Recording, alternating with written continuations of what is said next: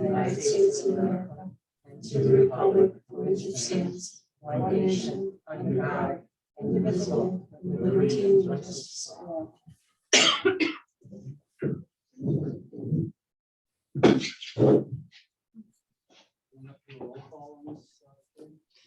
Yeah, we'll do it. Chairman Bornaro, Here. Commissioner Daly, Here. Commissioner Beach, Here. Commissioner Arsenowitz, Commissioner Erickson. Here. I don't know who we have online, but audience of citizens. We have none. And that seems good.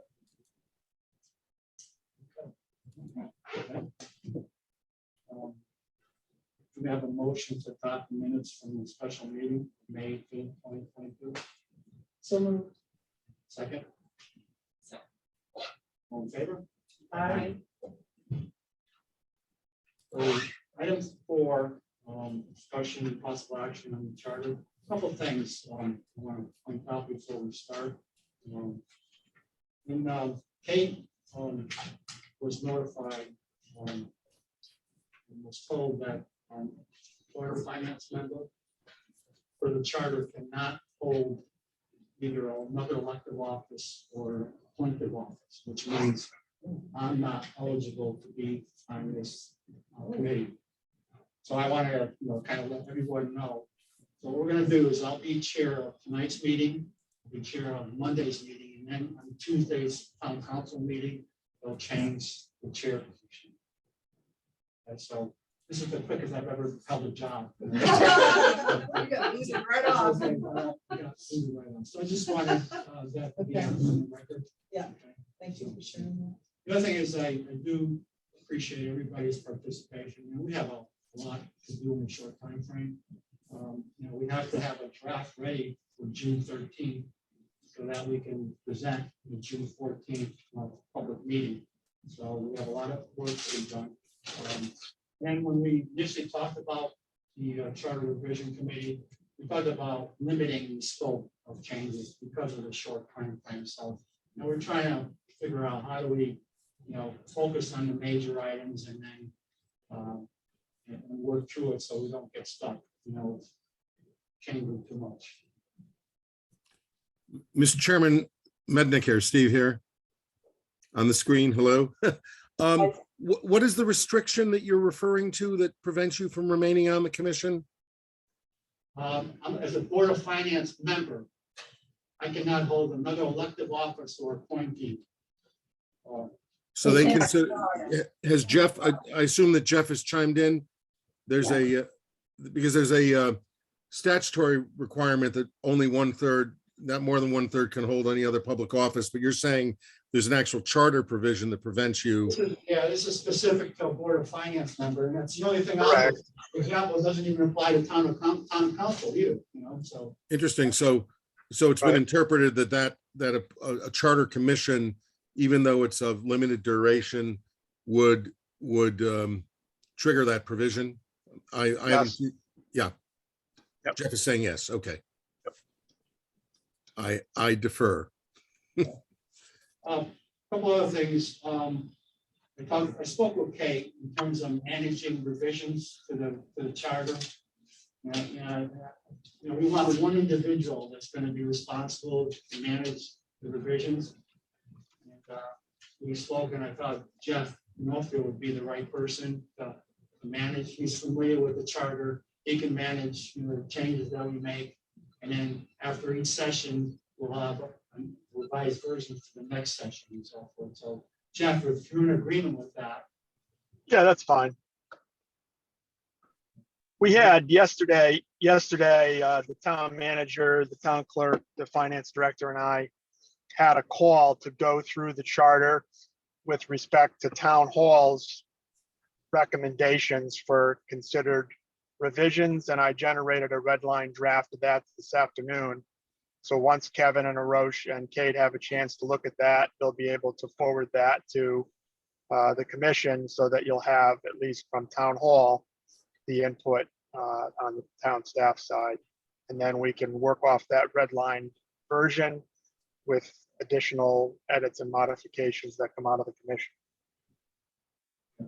The other area is what we would consider what I would consider a major change that requires a specific question on the ballot versus minor changes. And I can give you an example, the 25K a bid limit, that was part of the other changes question. Okay, so that never got incorporated because now people are not necessarily going to look at all the changes in the other changes category. So my question for maybe Jeff, you and Steve is there any guidance you could provide with respect to that? For example, the 25K bid limit, do I make a question of it for the ballot as an example versus putting it in other changes? Really depends on, from my point of view, on what the totality of the changes are. If there's, if it's fairly limited, what the other changes are. I've done one omnibus question that includes all of the elements. The risk you run is that if there's something unpopular in there, you could lose the item even though it's specified. But if there's just a few items, I would say put it in there.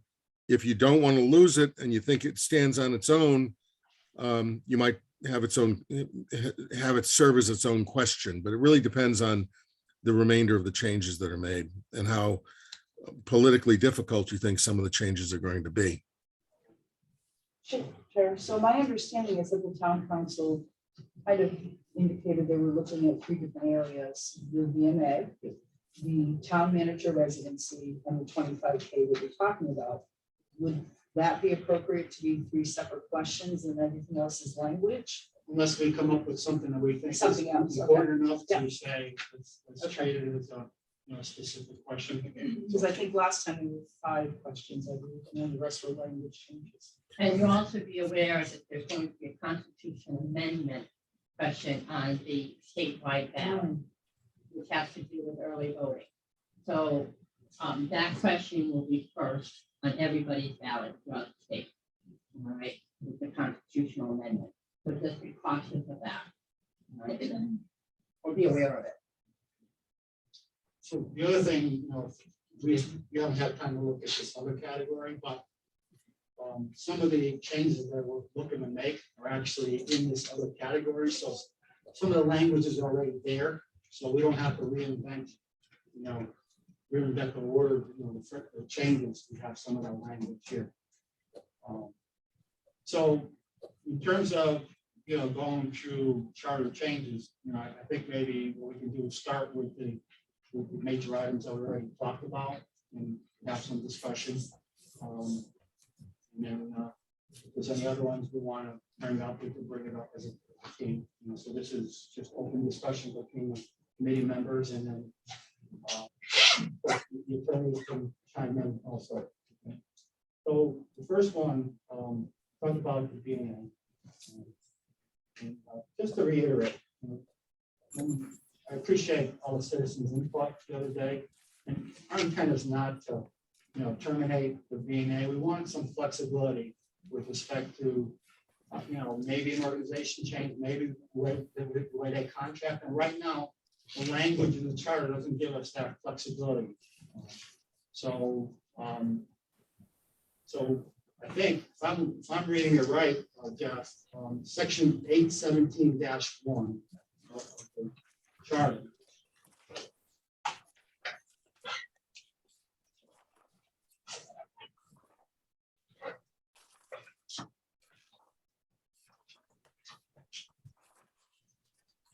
In the first sentence, it says, it is the intent of this charter that public nursing service shall continue to be provided by the Berlin VNA as established. So one way to deal with, loosening up the language is changing the shall to may. May continue to be provided by the Berlin VNA as established. So, And then who would decide how that's gonna play out at town council? Well, I mean, I would think it's, if somebody wants to make a change or whatever, which probably will go through the town council along with maybe some guidance from Board of Finance that has to do with financial consideration. I would think the town council would have the authority to make changes. Right. Jeff, you have any input at all, or? Well, I think you just hit, the commission just hit on the core issue, which is it's not enough just to, I mean, certainly the problem is the inflexibility. And we would like to have language that not only provides a solution in the short term, but gives the town flexibility in the long run, so we don't have to do another charter revision. So I think loosening up that language so that it eliminates the Berlin VNA as the sole source of public nursing service gets you halfway there. And then I do agree that it should specifically indicate that the town council, it's the intent of the charter that public nursing service be provided by either the Berlin VNA or such other provider as deemed to be in the best interest of the town. Because we don't know, Roche is there, right? I mean, we don't know really what the answer is yet. We think the Berlin VNA has made a lot of progress, but if there's a better provider that's better suited for the town, if breaking up the services, for example, taking school nursing services out of the Berlin VNA, or narrowing the scope of services that the Berlin VNA provides and then having the rest of the public nursing services provided by other providers is the way to go.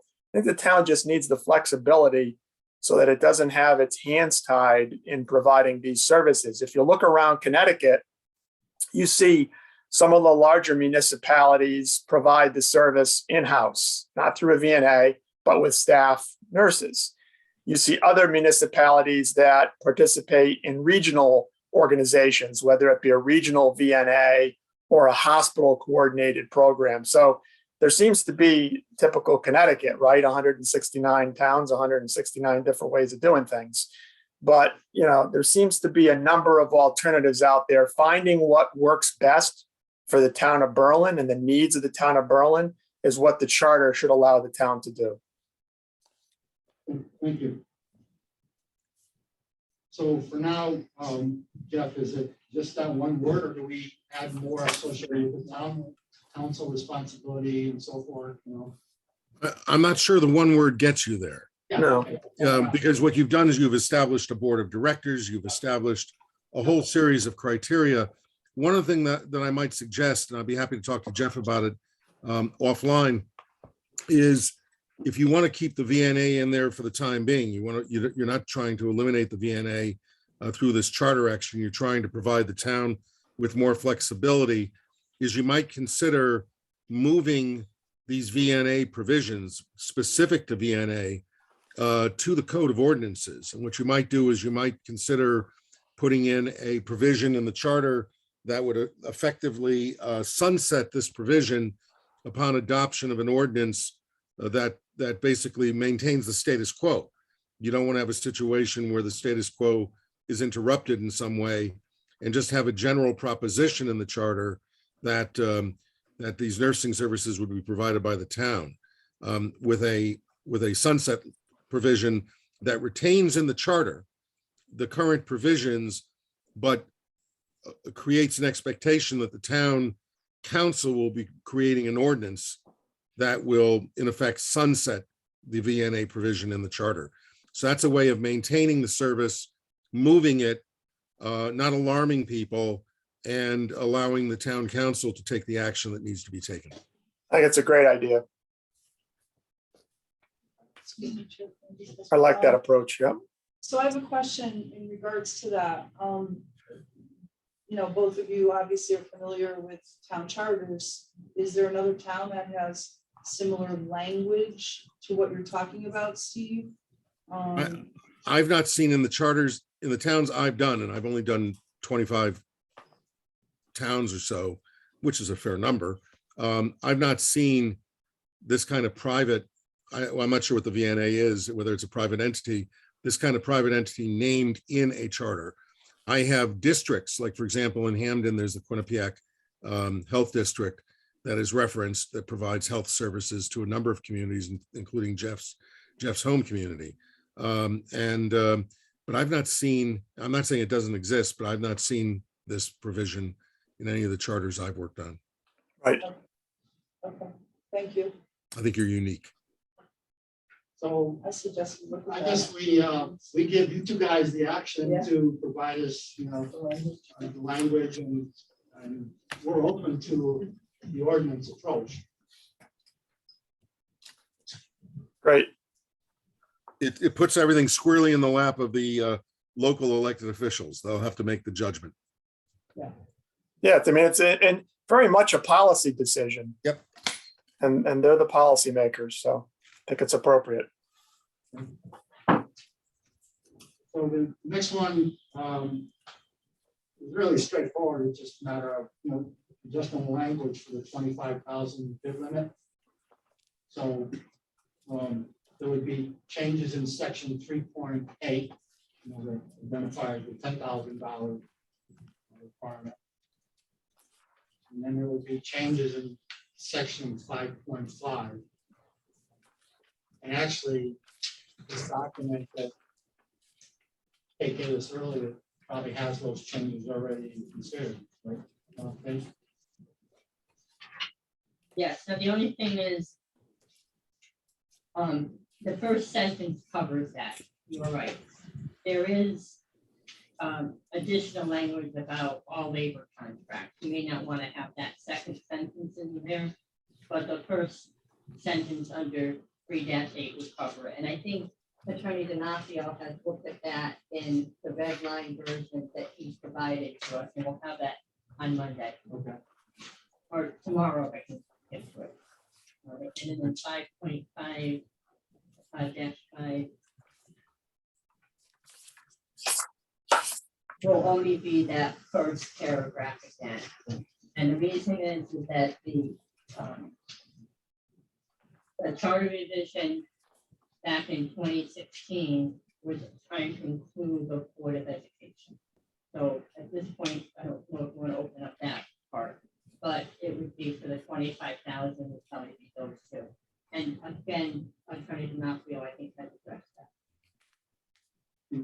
The other, I don't know if it was considered last time, but if we could put a review of that value over 5 years and based on a CPI index, evaluate that value either up or down depending on the CPI index, so that we don't have to keep on coming back and making a charter revision. Was that in the language, proposed language before, or? What I would suggest is just saying $25,000 or such greater amount as is authorized by the Connecticut general statutes, because that's, Okay. we've got a statute that caps us. So we don't want to have if we have it pegged to CPI and the legislature doesn't change the amount, then we have a problem. So I would just tie it to the statute. Okay. I mean, I'm just trying to be a little flexible there so we don't have to keep on coming back. So in the case that the state statute changes, we would automatically under this charter be able to increase that amount to whatever the cap is Yes, with the language that would change that. correct. Okay. Would that have to notify the council for the change, or is it automatic under the proposed charter? So, A lot of towns have done the bid limit increase through ordinance because it's a lot less cumbersome than doing it by charter. But I think if we just tie it to the statute by the charter, it'll just be automatic. We won't need the council to take any action on that. Once this, we'll notify, obviously, the council when there's a change. The next time there's a change, who knows when that's going to be, but we'll notify the council that, hey, the bid threshold was increased from 25 to 30,000. I mean, they do these things in small bites. It's taken a long time to get it up to 25,000. Okay. So you're gonna modify the language, Jeff? Yes, yep. Okay. The next one, one of the other ones is the eliminating the town residency for the town manager. And that's section 5.1. That's pretty easy. There's a sentence in there, we just delete the residency requirement. Yep.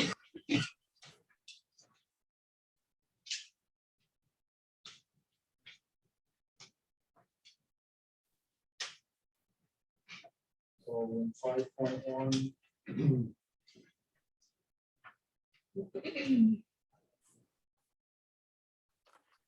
So towards the bottom of the time of appointment says manager not the resident town, but manager shall reside in town during term of office. That whole sentence will come out.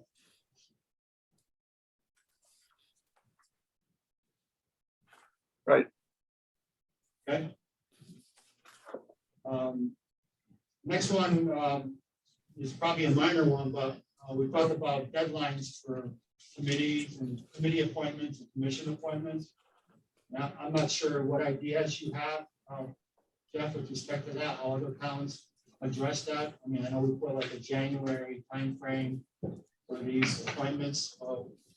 We leave it open-ended? Do we increase the timeframe? What are the suggestions, I guess? What section are you looking at? This is just a general one, deadlines for commissions and committee appointments. You know, Section 8.10.1 is one example under members. They list later in the paragraph as of January being, and there's several. I mean, it really applies to all committee appointments, you know, commission appointments and. Well, I mean, thank you. As a matter of general policy, the sitting member continues to sit until the vacancy is filled. There's, this issue came up in a couple of town council meetings in order this year. And that was my answer that, if it's a vacant seat, then it's vacant until it's filled. There's no penalty if you have a charter provision that says you have to fill it by January and you don't fill it in January, and then suddenly a 7-member board magically becomes a 6-member board. That's not the way it works. If you have a seat that's filled and that person's term is expired, then they continue to be seated until replaced. And if you have a vacancy, then it continues to be a vacancy until it's filled. Okay.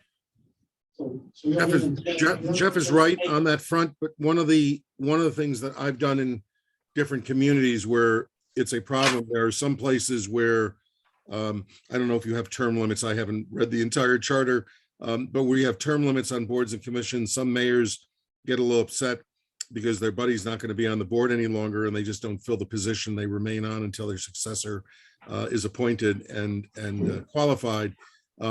Some charters where that is a problem, where that becomes a problem, and I'm not saying it is in Berlin, we have a time frame for the appointment authority.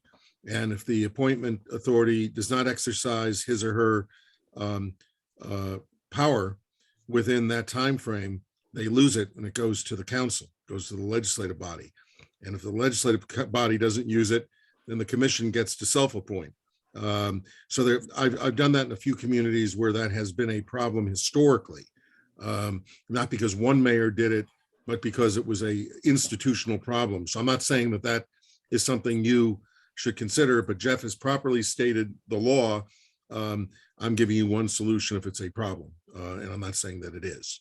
We definitely don't have term limits, and clearly we have a hard time trying to fill these positions to begin with. So that's a different issue. Yeah.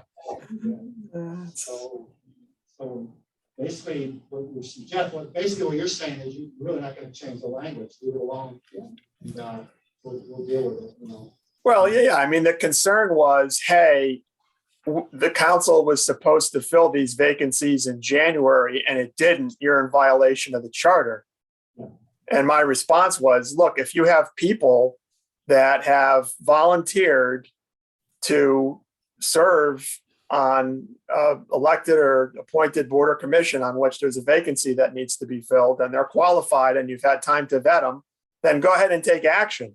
But if you don't have people, or you want to make sure that you have the opportunity for people to apply because the vacancy just occurred, then, that's not the end of the world that it extended. I think in that case, the vacancies extended till March before they were filled. Is that right, Kate? You remember that? We just continued it until, we didn't. Yeah.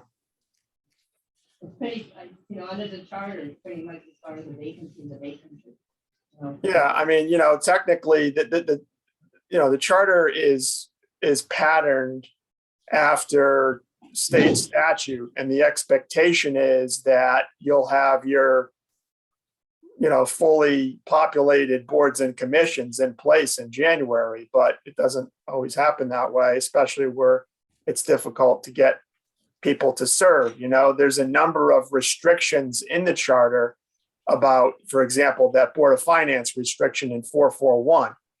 That doesn't make any sense. That clarifying that language is in the red line version that I circulated to Roche and Kate and Kevin, because there's certain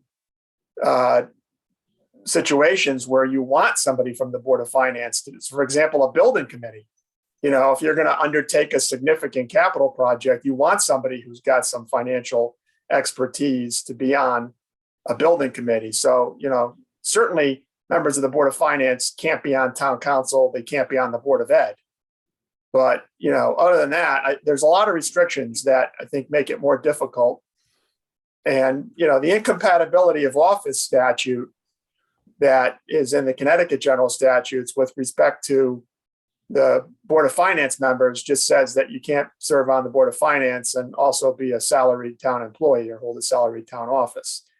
So, we have an ethics policy and a code of ethics in Berlin. We have this massive ethics establishment. So if somebody has a conflict of interest, we have a way to deal with it.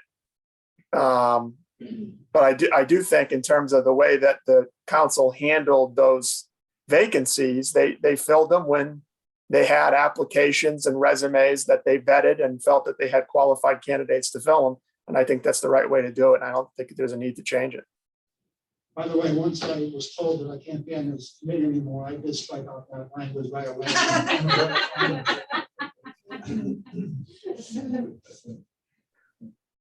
Right, good. One of the items that I didn't bring up, but I'd like to have for discussion is when I was at the voting polls, this last election, probably the last 2 years, people really don't know how to vote for Board of Education candidates. You may know one person on the ballot, you may know a couple of people, but they're really looking for party, what party that the Board of Education members are aligned with, so they can understand what party will. So I'm recommending that we do look at, with a party ballot, for the Board of Education, because people, from what I saw, they don't understand a nonpartisan ballot. They may pick just the first 5 names just because they have to pick 5 or 6 names. They may not vote at all. So we want to give them the choice to look at party, look at what party the Board of Education members are associated. I can't support that. I was on the Board of Ed for 9 years. It's the only nonpartisan board in the state of Connecticut. We would be envy of every other Board of Ed in the state, as I participated in many statewide events with other board members. It's up to the voters in the town to find out who's running for office, whether it be town council, mayor, Board of Ed. I think mixing, the parties and what has worked very well in our town for the Board of Ed, it's just not a good idea, so I can't support that. I understand. From my perspective, I see a lot of confusion. And bottom line is the other category you just spoke about, it is Republican versus Democrat. They can see what. Yeah, but I can always vote on party line. I vote on. I understand that, but at least they can see what party they're associated with. And I think that's important. I would like to support looking into that, considering adding our Democrat or Republican education for the Board of Ed. I too sat out all day at one of the schools, and I had many comments. You know, I held our mayor sign up, and they would come out, you know, I got your man, but I didn't know who the Board of Ed people were. They specifically told me that same comment multiple times. I did some research online. I did learn that maybe Duke University or something, I didn't bring it, I left my phone at home, but maybe 70% of the people vote party line. And if we don't have that available, I think it kind of puts a crimp on their ability to do what they normally do with all the other offices.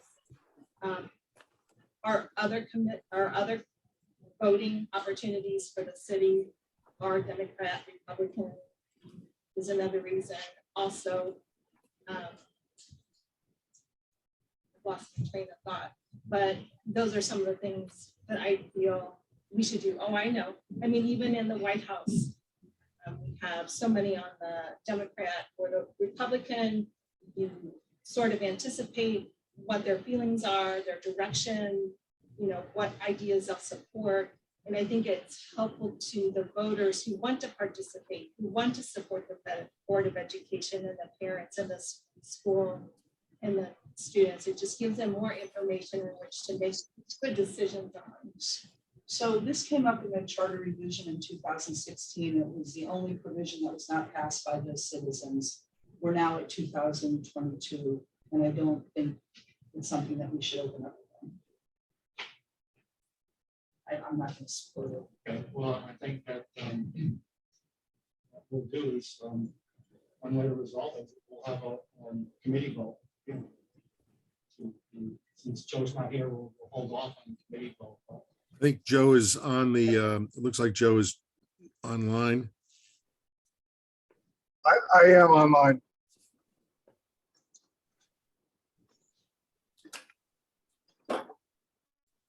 Any comments on your part, Joe? Yeah, I feel very strongly that we should leave it the way it was. In part, what I think it was Julie. I'm actually driving. I was stuck in traffic, so I apologize. But I thought I recognized voices.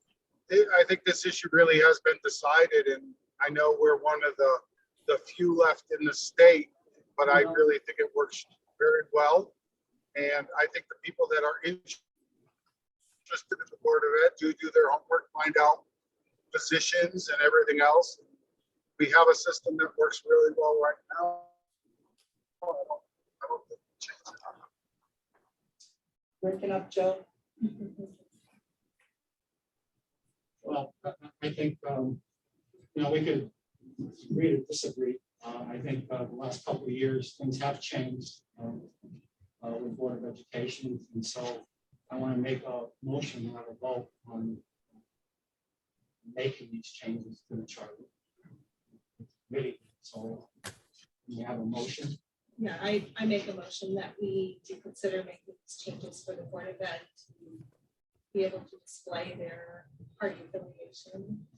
Is there a second? A second. Any further discussion? So finally, poll by individual. Joe? I have nothing more to add. I would vote no against it. Okay. I'll vote yes. Julie? No. I vote yes. Yes.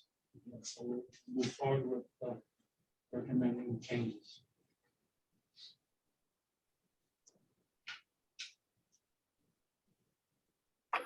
I know it's past discussion. I'm a little concerned that was brought up, is that it's not really the scope of the things that we were looking at. So we might as well get Board of Finance as well. And that was brought up at the public hearing.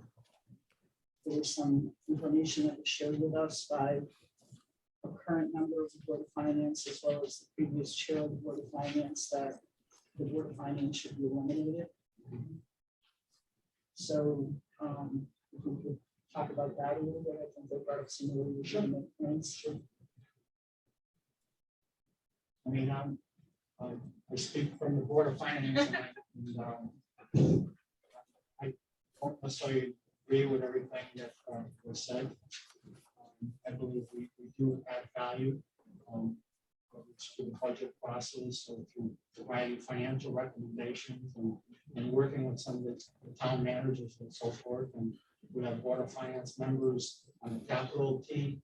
We have Board of Finance participating in various areas of the town government. So I think we have a lot of value, even if it's just adding and providing advice.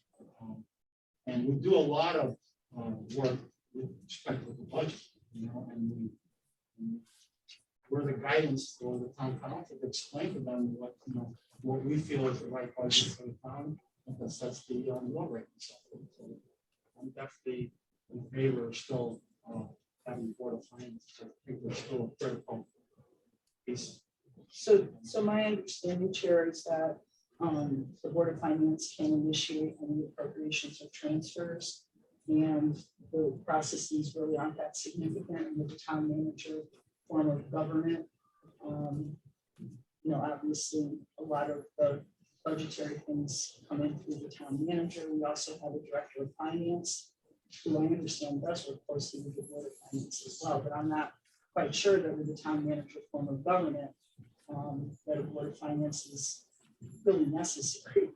Advisement is one thing. I understand what you're saying, but the town council has little to do other than ordinances, based on the fact, that we do have a town manager who's running the government. We don't have a strong mayor form of government. We have a higher mayor.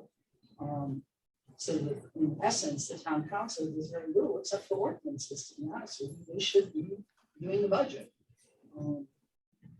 I'm not denying that the Board of Finance, hasn't provided advice and suggestions and really gotten into the budget. I'm not going to deny that.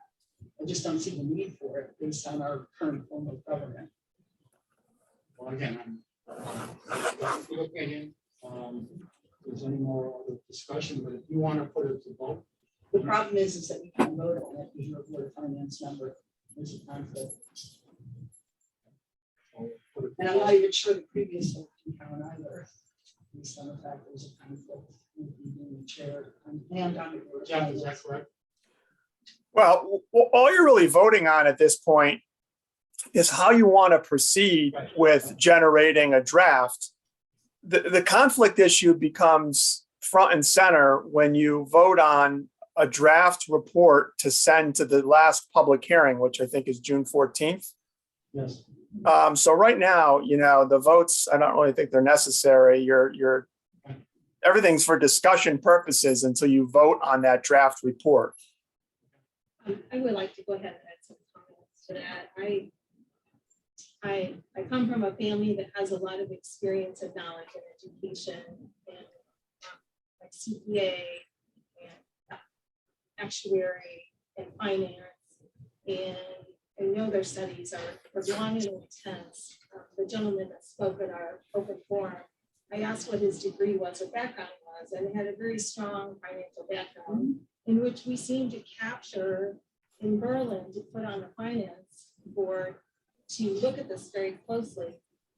As a Berlin resident, I feel more comfortable with these educated, skilled, knowledgeable individuals looking at the costs that we're expending every year. It's phenomenal, millions of dollars, and trying to cut corners and save our Berlin people dollars and not increasing taxes. I think it's really important that we have that skill and knowledge to look at line by line or section by section, or to be able to question, the different boards that are bringing in budgets, say we need this, and then they can look at that and say, well, I think maybe we could look at that again. I think although it's fine tuning, line cutting, I think there's a real value that we can only get from skilled people that are offering their services to help us with that. So that's one of 6 members who also have a vote in regards to what they're looking at. And again, I look to the form of government that we currently have, because the town manager, we have a director of finance who audited, an accredited auditing, financial firm.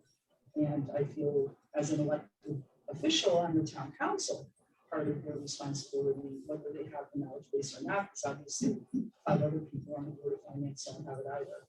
It's always catch can who's running for Board of Finance at the time.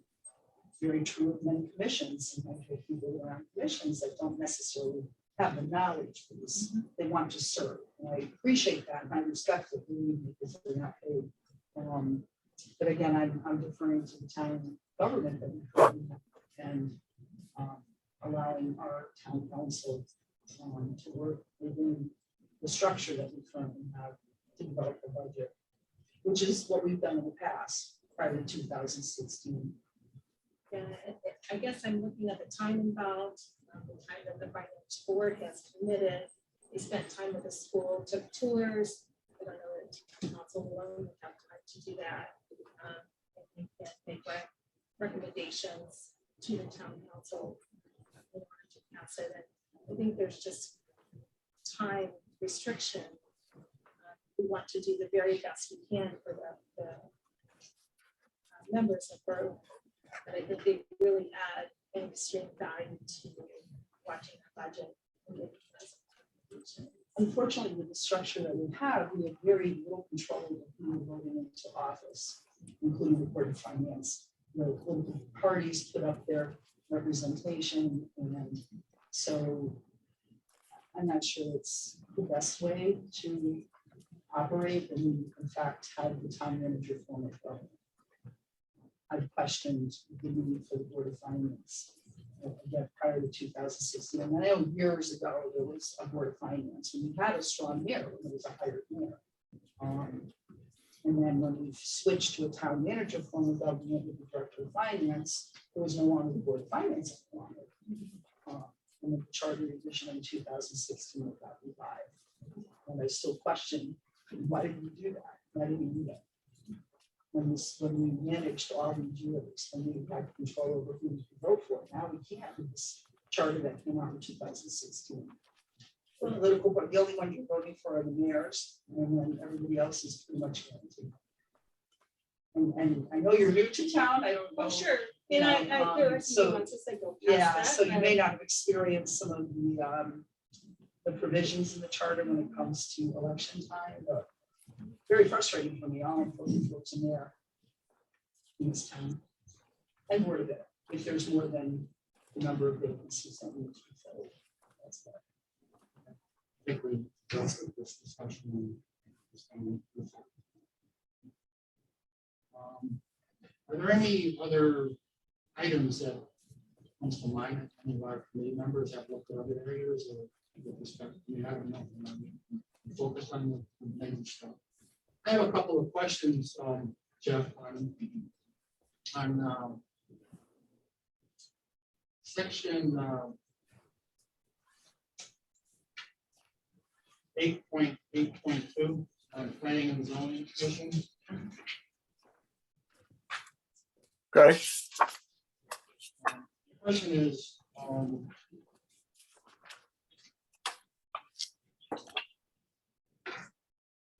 Before you go there, I have a meeting that starts at 7. So I'll talk to Jeff and figure out if there's anything that's been assigned to me after I left. If that's all right. I want to thank everybody and I will talk to you. I'll see you at the next meeting. Thanks, Steve. Thank you so much. Bye-bye. Thanks. oh, So, Jeff, 882, yep. towards the bottom, it says thereafter in the month of January, the council shall appoint an alternate member to the planning and zoning commission to fill any expired term. Yep. Question I have there is that we only we don't have that requirement, but we can, appoint an alternative member. Why is that in here? I mean, do we need that in there? I mean, there's I didn't- no other- I mean, if there's no expired term, then it's not applicable.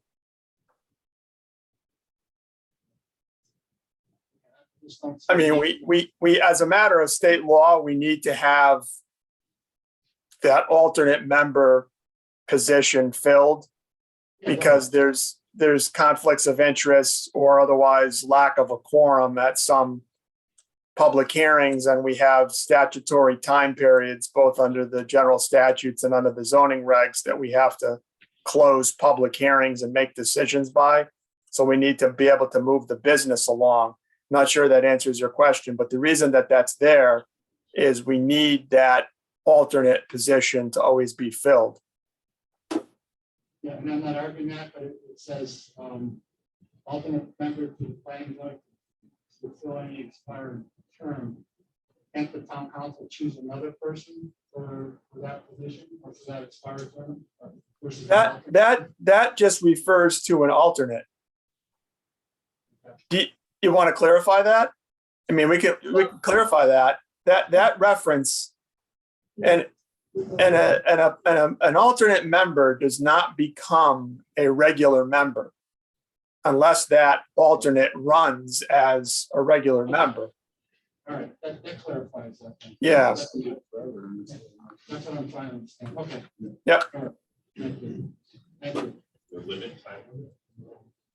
No, but I mean, my recollection is that the correct me, is once you're an alternate, you can be seated at every meeting if there's absences and you still remain an alternate. You know, become a permanent member unless you are Right. by either vacancy.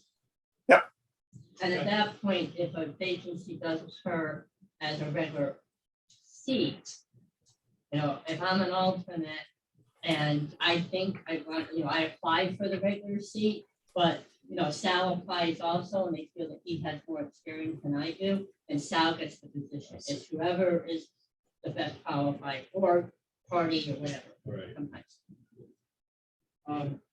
Good. The other thing that came to my mind was budget referendum, and this is just general discussion, but we have a budget referendum, and then if that failed, and have a second budget referendum. I'm in favor of just having one budget referendum to begin with. Second of all, based on the number of voters that come out, I'm almost saying you only open up one poll station as opposed to, you know, 3 or 4 when we have 500 voters coming out of 15,000. So this is just for discussion purposes here. I just want, you know, committee members' opinion on this. Does it indicate in the charter that we actually open up all the voting districts? I don't know. I don't know. Because if that's not in there, we don't need to worry about that, but I agree with you on the expense. It's been where we have to, and I don't know where it is, to be honest with you, but it's always been said that for the budget referendum, we have to open up all 5 polls. I'm just wondering if it's in the charter. Yeah, now we're falling down, it's great. And I always thought it was in the charter. Because In the redlined edits that were generated as a result of the discussion between the town clerk, the town manager, the finance director, and myself yesterday, you'll see that the town hall request is for language that the budget become the appropriation of the town unless at least 15% of the electors vote. So the request that really comes from the finance department and the town manager's office, and I support it, is to have a threshold for voter turnout. Because if you're going to have multiple referenda, it should be because of robust participation, not because a few hundred people come out and vote, and then you have to continue to incur the expense. So 15%, there's no magic to that, but it is a number of towns do have that 15% threshold. I think in a relatively small town, 15% is not a huge number. So it's, you know, it still reflects, I think, decent participation. And you'll see that that's, and if 15% come out and a majority of those voting reject it, then back to square one. It seems reasonable. John, I'm going here earlier, but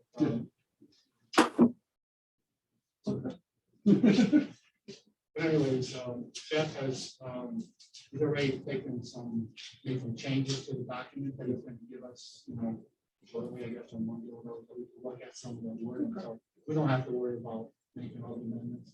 Actually, I did some today that said, I caught the case, so don't worry about it. So, I heard earlier that my last time on board is Monday because of the way the language. So I lost my job pretty quickly. I'm sure you'll find other things to keep you busy. So I guess at this point, is there any other items that you may want to talk about, part that we may want to look forward to Monday, or you want to just absorb what we have now? I mean, we've gone through quite a bit. Appreciate, everybody's comments and input, and we can start on Monday again. And if I may just recap, especially for Joe, is for the VNA, is to probably take it out of the charter, put it in as an ordinance. Mhm. All right, and Jeff will correct Yep. me. And then also to raise the bid limit from the 10,000 to 25,000, but keep it tied in state statute. So if state statute changes, you don't have to change the charter. And then there was some conversation about, the town manager does not have to reside in town of Berlin. Those were kind of the three major things. There was some talk about boards and commissions to be appointed in January, but Jeff explained that people, that's fine. It's okay. There was a discussion about the Board of Education, you were in on that vote. And then also the Board of Finance, which didn't really have a vote on. Yeah, with your indulgence, and I just wanted to add, I heard the conversation, but I didn't want to keep interrupting. If I could talk about that a little bit. And I heard what you said, and I think there is some valid points to that.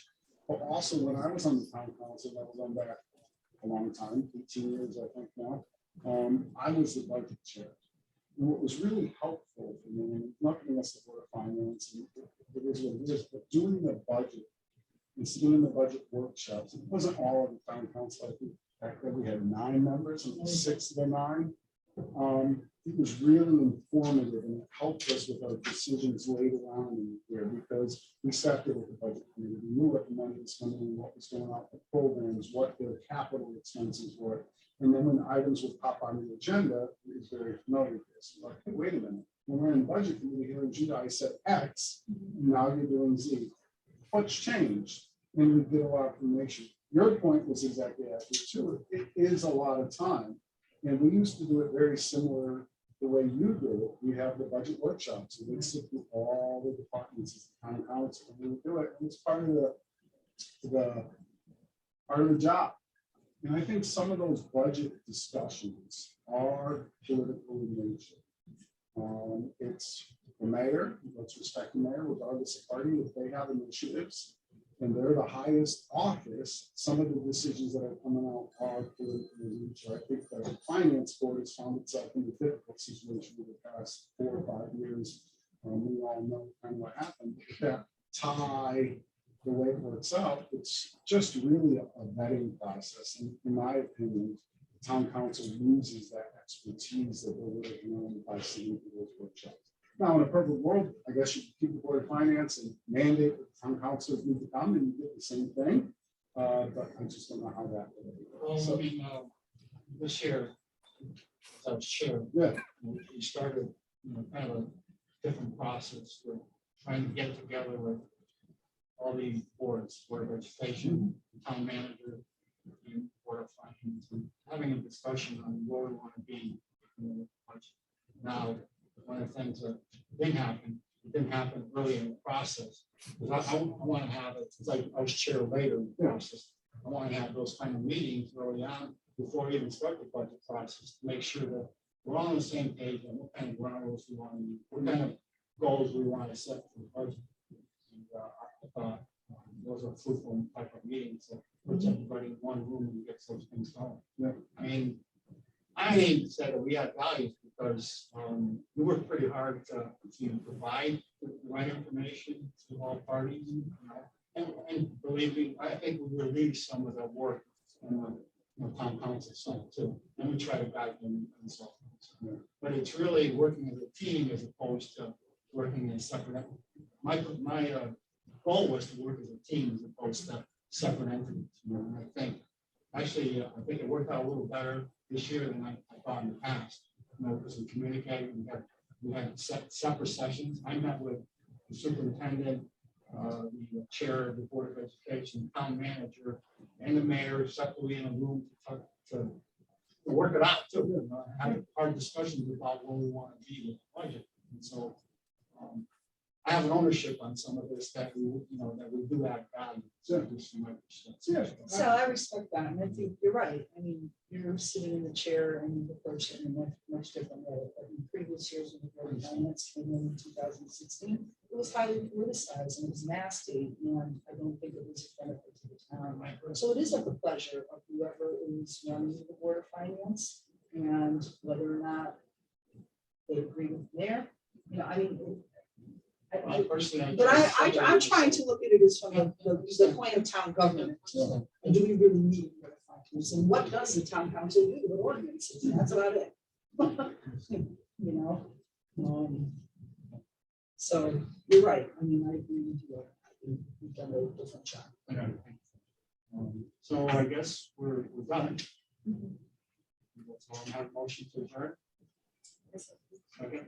All in favor? All right. Thanks for your service on the short term. I know. Well, He'll that's still something. be here on Monday. I'll be. Oh, okay. Tuesday in town council. They're gonna upset someone. Wow. Bye, Jeff. Thanks, folks. Take care. It shows how well we all know the town charter, right? Nobody, it isn't the town charter, but